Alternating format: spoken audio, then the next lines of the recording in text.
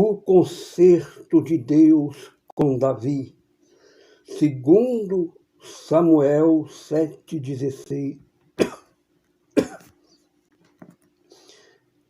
A tua casa e o teu reino serão firmados para sempre.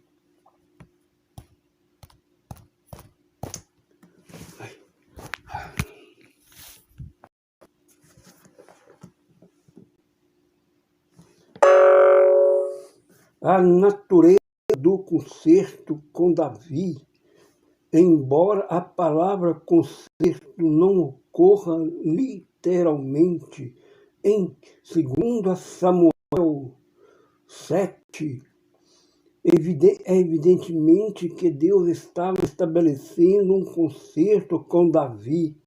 Em Salmos 89, 3, 4, por exemplo, Deus diz: fiz um concerto com meu escolhido.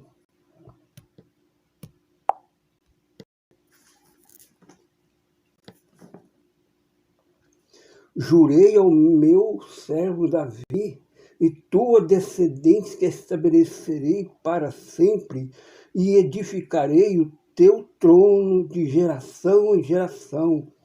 Ver também Salmos 89, 34, 36. A promessa de que o trono do povo de Deus seria estabelecido para sempre através da descendência de Davi é exatamente a mesma que Deus fez a Davi em 2 Samuel 7. Nota-se especialmente no versículo 14. Além disso, posteriormente, em 2 Samuel, o próprio Davi faz referência ao concerto eterno que Deus fez com ele. 2 Samuel 23, 5. Sem dúvida, aludindo a 2 Samuel 7, 2.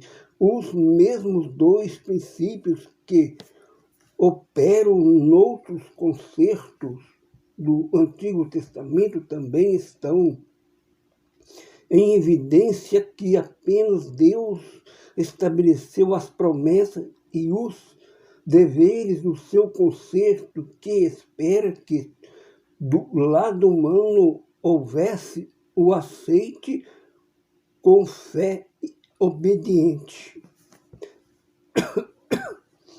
Vê o estudo o concerto de Deus com Abraão, Isaque e Jacó, e o concerto de Deus com os israelitas.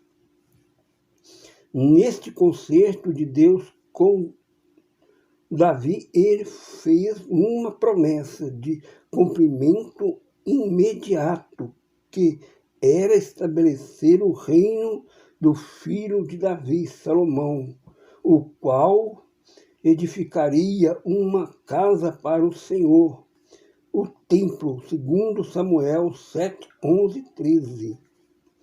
Ao mesmo tempo, a promessa de Deus de que a casa ou a cidadania de Davi duraria para sempre sobre os israelitas estava condicionada à fiel obediência de Davi e dos seus descendentes de Davi no trono em Jerusalém, desde que os governantes de Judá permanecessem em obediência e fidelidade a ele. Durante os 4 séculos seguintes, a linhagem de Davi permaneceu interrupta no trono de Judá. Quando, porém, os reis de Judá especialmente Manassés e aqueles que reinaram depois do rei Josias rebelaram-se continuamente contra Deus ao adorar ídolos e desobedecer a sua lei. Deus, por fim, os impediu de ocuparem o trono, permitiu que o rei Nabucodonosor de Babilônia invadisse a terra de Judá e sitiasse a cidade de Jerusalém, e finalmente destruísse a cidade juntamente com o seu templo. Segundo Reis 25 e segundo Crônicas 36. Agora o povo de Deus estava pela primeira vez desde a escravidão no Egito, sob o domínio de governantes estrangeiros. Jesus Cristo em revelação a este concerto. Havia, porém, um aspecto do concerto de Deus com Davi, que era incondicional, que o reino de Davi seria, por fim, estabelecido para sempre. A culminância da promessa de Deus era que a linhagem de Davi viria um descendente que seria o rei messiânico e eterno. Este rei dominaria sobre os fiéis em Israel e sobre todas as nações. Isaías 9, 6, 7, 11, 1, 10. Malaquias 5, 2, 4. Sairia da cidade de Belém, Malaquias 5, 4, 2. E o seu governo se estenderia até os confins da terra. Zacarias 9, 10. Ele seria chamado o Senhor, justiça nossa. Jeremias 23, 5, 6. E consumaria a redenção do pecado. Zacarias 13, 1. O cumprimento da promessa dávica teve início com o nascimento de Jesus Cristo, anunciado pelo anjo Gabriel a Maria, uma piedosa descendente da família de Davi. Lucas 1, 30, 33, Atos 2, 9, 35.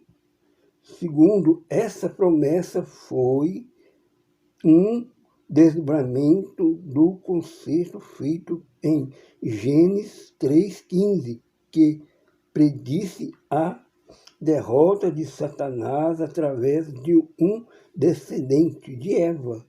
Gênesis 3,15, nota, foi um prosseguimento do concerto feito com Abraão e seus descendentes. Vê o estudo do concerto de Deus com Abraão, Isaque e Jacó.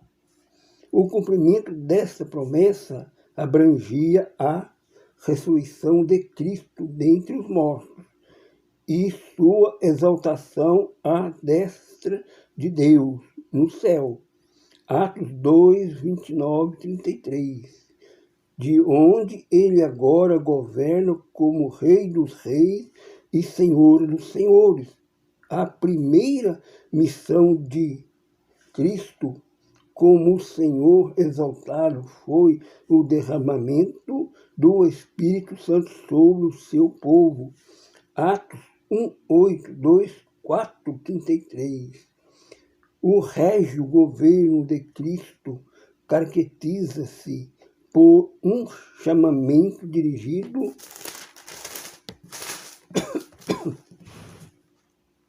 a todas as pessoas no sentido de largarem o pecado e o mundo perverso e aceitar a Cristo como Senhor e Salvador. e receberem o Espírito Santo. Atos 2, 32, 40. Quinto, o reino eterno de Cristo inclui seu atual domínio sobre o reino de Deus e a sua primazia sobre a Igreja, seu futuro reino milenial sobre as nações. Apocalipse 2, 26, 27, 24. C. Seu reino eterno nos novos céus e nova terra. Apocalipse 21, 22. Agora vamos para o segundo.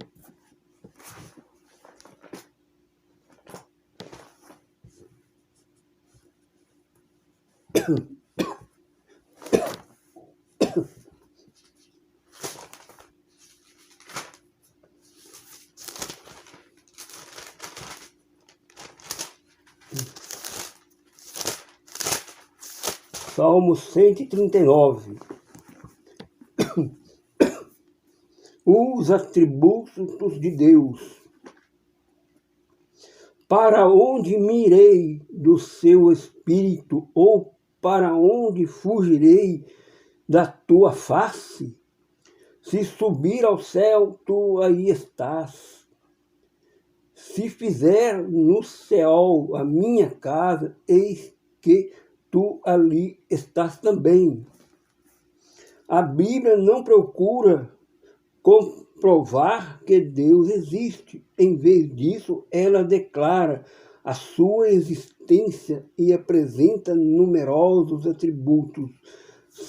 Muitos desses atributos são exclusivos dele como Deus, outros existem em parte no ser humano pelo fato de ser sido criado à imagem de Deus. Atributos exclusivos de Deus. Deus é onipotente, ele está presente em todos os lugares a um só tempo.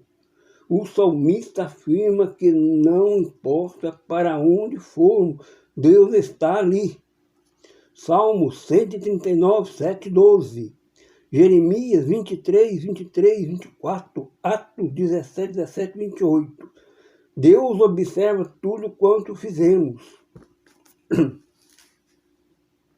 Deus é onisciente, ele sabe todas as coisas. Salmo 139, 1, 6, 147, 5.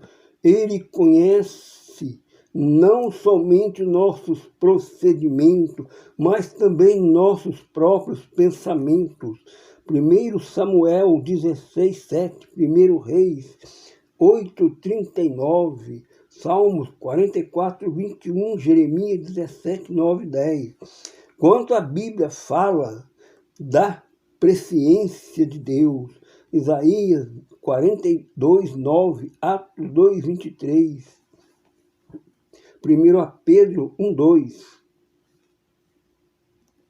Significa que ele conhece com precisão a condição de todas as coisas, de todos os acontecimentos inesquecíveis, reais, possíveis, futuro, passado ou predestinados. 1 Samuel 23, 10. 13. Jeremias 38, 17, 20. A presciência de Deus não substende determinismo, filosófico. Deus é plenamente soberano para tornar decisões e alterar seus propósitos no tempo e na história, segundo sua própria vontade e sabedoria. Em outras palavras, Deus não é ilimitado e a sua própria presciência. Ver num 14, 11, 20, 2 Reis 21:7. Vê o estudo, eleição e predestinação. Deus é onipotente. Ele é todo-poderoso e detém a autoridade total sobre todas as coisas, sobre todas as criaturas. Salmos 147, 13, 18, Jeremias 32, 17, Mateus 19, 26, Lucas 1, 37. Isto não quer dizer jamais que Deus empregue todo o seu poder e autoridade em todos os momentos. Por exemplo, Deus tem poder para exterminar totalmente o pecado, mas optou por não fazer assim até o final da história humana. Ver 1 João 5,19. Em muitos casos, Deus limita o seu poder quando o Coríntios 12, 7, 10. Em casos assim, o seu poder depende do nosso grau de entregue, de submissão a ele. Ver Efésios 3:20, nota, ver o estudo Providência Divina. Deus é transcendente, ele é diferente, independente da sua criação. Êxodo 24, 9, 18, Isaías 6, 1, 3, 40, 12, 26, 55, 8, 9. Seu ser e sua existência são infinitivamente maiores e mais elevados do que a ordem do por ele criada. 1 Reis 8, 27. Isaías 66, 1, 2. Atos 17, 24, 25. Ele subsiste de modo absolutamente perfeito e puro, muito além daquilo que ele criou. Ele mesmo é incriado e existe a parte da criação. Ver 1 Timóteo 6,16. A transcendência de Deus não significa, porém, que ele não possa estar entre o seu povo como seu Deus. Levítico 26, 11, 12. Ezequias 37, 27. 43, 7. 2 Coríntios 6,16. Deus é eterno, ele é de eternidade em eternidade. Salmo 90, 1, 2. 102, 12. Isaías 57, 12. Nunca houve nem haverá um tempo, nem no passado, nem no futuro, em que Deus não existisse ou que não existiria. Ele não está limitado pelo tempo humano. Salmo 94, 2 Pedro 3,8. E é, portanto, melhor descrito como eu sou. Êxodo 13, 14. João 8, 58. Sexto, Deus é imutável. Ele é inalterável nos seus atributos, nas suas perfeições e nos seus propósitos para a raça humana. No 23, 19, Salmo 102, 26, 28, Isaías 41, 4, Mateus 3, 16, Hebreus 1, 11, 12, Tiago 1,17. Isto não significa, porém, que Deus nunca altere seus propósitos temporários ante o proceder humano. Ele pode, por exemplo, alterar suas decisões de castigo por causa do arrependimento sincero dos pecadores. Jonas 3, 6, 10. Além disso, ele é livre para atender às necessidades do ser humano e às orações do seu povo. Em vários casos, a Bíblia fala de Deus mudando uma decisão como resultado das orações perseverantes dos justos. Num 14:1. 20, segundo Reis, 22:6, Isaías 38:2-6, Lucas 18:1-8, vê o estudo, eleição e predestinação.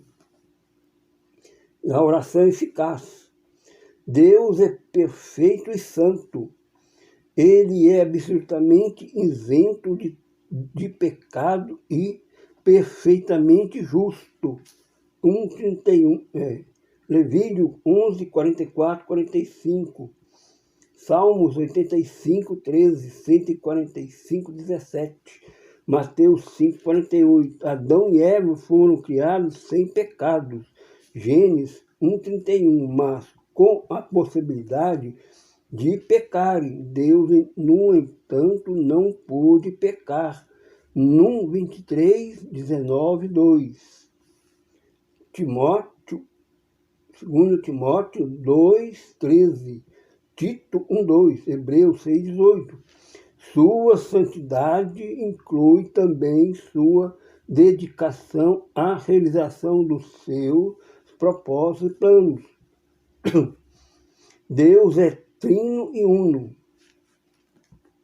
Ele é um só Deus, Deuteronômio 6:4, Isaías 45:21, 1 Coríntios 8:5-6, Efésios 4:6, 1 Timóteo 2:5, manifesto em três pessoas, Pai, Filho, Espírito Santo. Mateus 28:19, 2 Coríntios 13:14, 1 Pedro 1:2. Cada pessoa é plenamente divina, igual às duas outras, mas não são três deuses, e um, sim, um só Deus. Ver Mateus 13:17, Marcos 1:11. Atributos morais de Deus. Muitas características do Deus único e verdadeiro, especialmente seus atributos morais, têm certa similitude com as qualidades humanas, sendo, porém, evidente que todos os seus atributos existem em grau infinitamente superior aos humanos. Por exemplo, embora Deus é o ser humano, possa a capacidade de amar num ser humano capaz de amar com o mesmo grau de intensidade, como Deus ama. Além disso, devemos ressaltar que a capacidade humana de ter essas características vem do fato de sermos criados à imagem de Deus, Gênesis 1:26-27. Noutras palavras, temos a nossa semelhança, mas ele não é a nossa, não tem a nossa. Ele não é como nós. Deus é bom. Salmo 25:8, 106:1, Marcos 10:18. Tudo quanto Deus criou originalmente era bom, era uma extensão da sua própria natureza. Gênesis 1:4, 10, 12, 18, 2, 20, 18, 21, 25, 31. Ele continua sendo bom para sua criação e ao sustentá-la para o bem de todas as suas criaturas. Salmo 104, 10, 28, 145, 9. Vê o estudo. A providência divina. Ele cuida até dos ímpios. Mateus 5:45, Atos 14:17. Deus é bom, principalmente para os seus que invocam em verdade.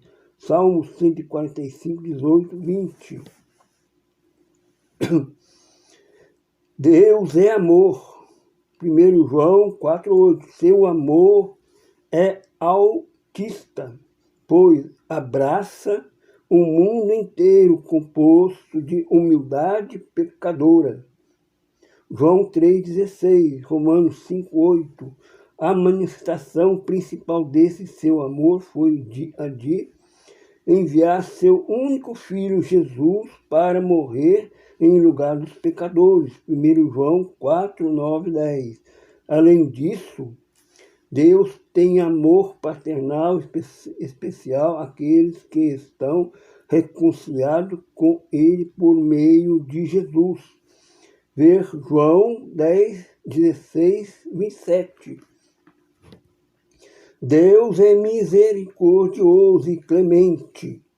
Êxodo 34, 6, Deuteronômio 4, 31, 2 Crônica 39, Salmo 103, 8, 145, 8, Joel 2, 13. Ele não extermina o ser humano conforme merecemos, devido aos nossos pecados, Salmo 103, 10. Mas nos outorga o seu perdão como dom gratuito a ser recebido pela fé em Jesus Cristo. Ver o estudo, a lei e a graça. Deus é compassivo. 2 Reis 13, 23, Salmos 86, 15, 111, 4. Ser compassivo significa sentir tristeza pelo sofrimento de outra pessoa, como desejo de ajudar. Deus, por sua compaixão, pela humildade, proveu-lhe perdão e salvação.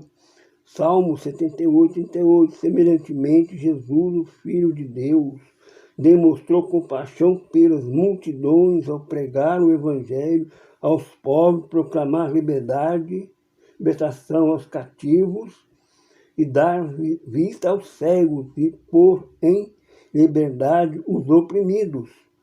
Lucas 4, 18, Mateus 9, 36, 14, 14, 15, 32, 20, 34, Marcos 1, 41, ver Marcos 6, 34. Deus é paciente e lento em irar-se. Êxodo 34, 6, Num 14, 18, Romanos 2, 4, 1 Timóteo 1, 16.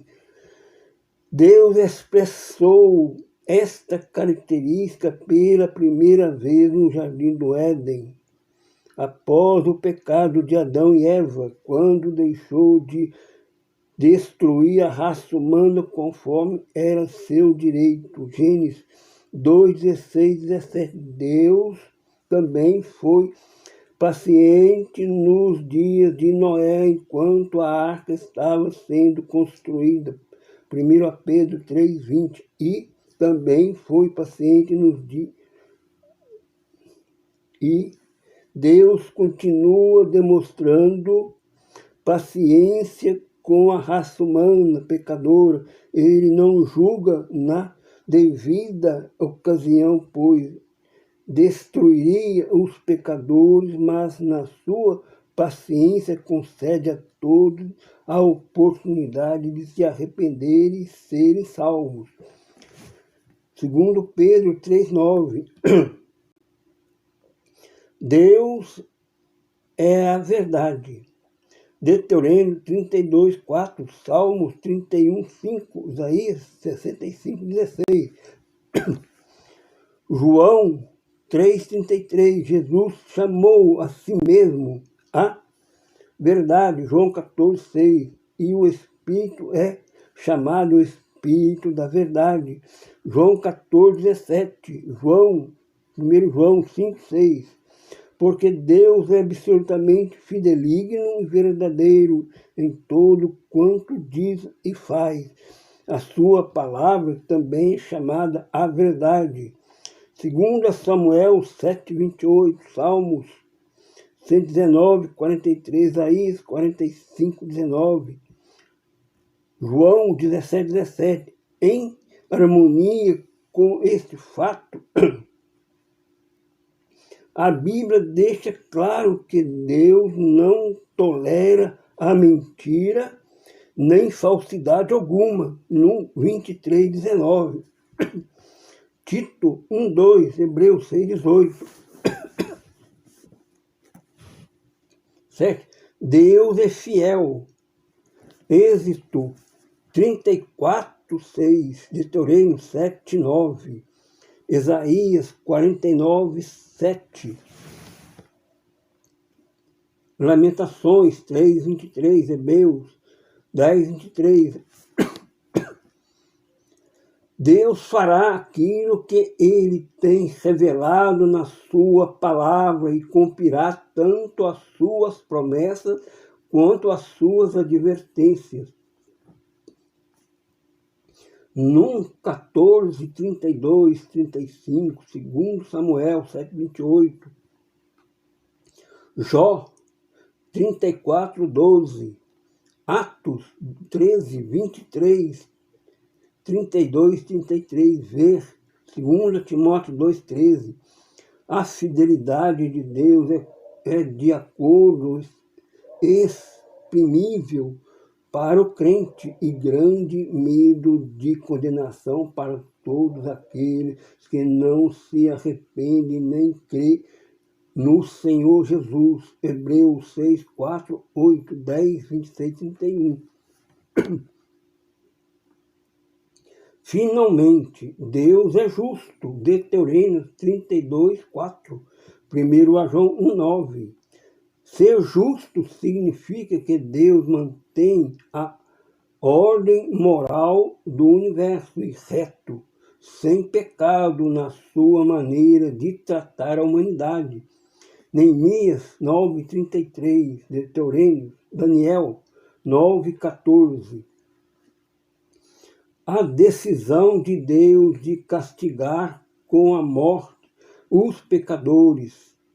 Romanos 5, 12. Vê o estudo. A morte procede da justiça. Romanos 6, 23.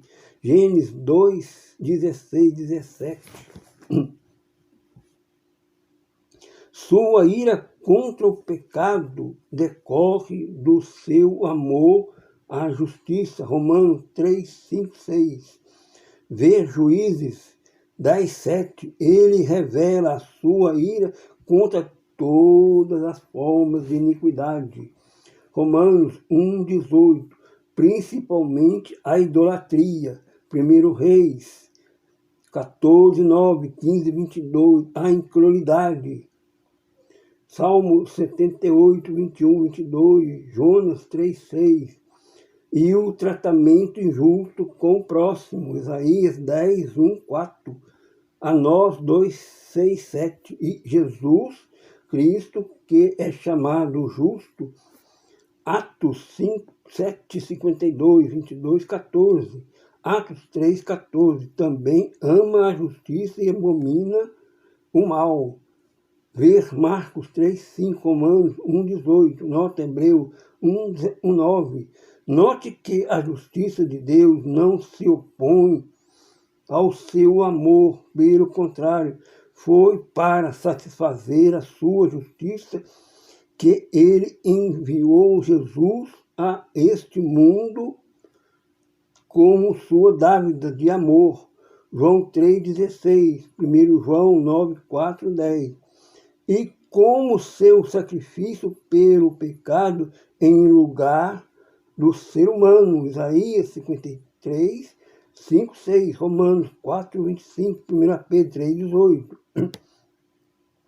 A fim de nos reconciliar consigo mesmo. Ver 2 Coríntios 5, 18, 21. Notas. A revelação final de Deus fez de si mesmo está em Jesus Cristo.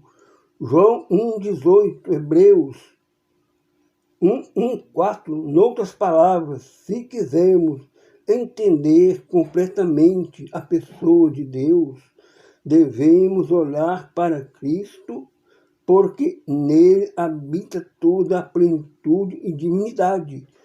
Colossenses 2:29. Aleluias!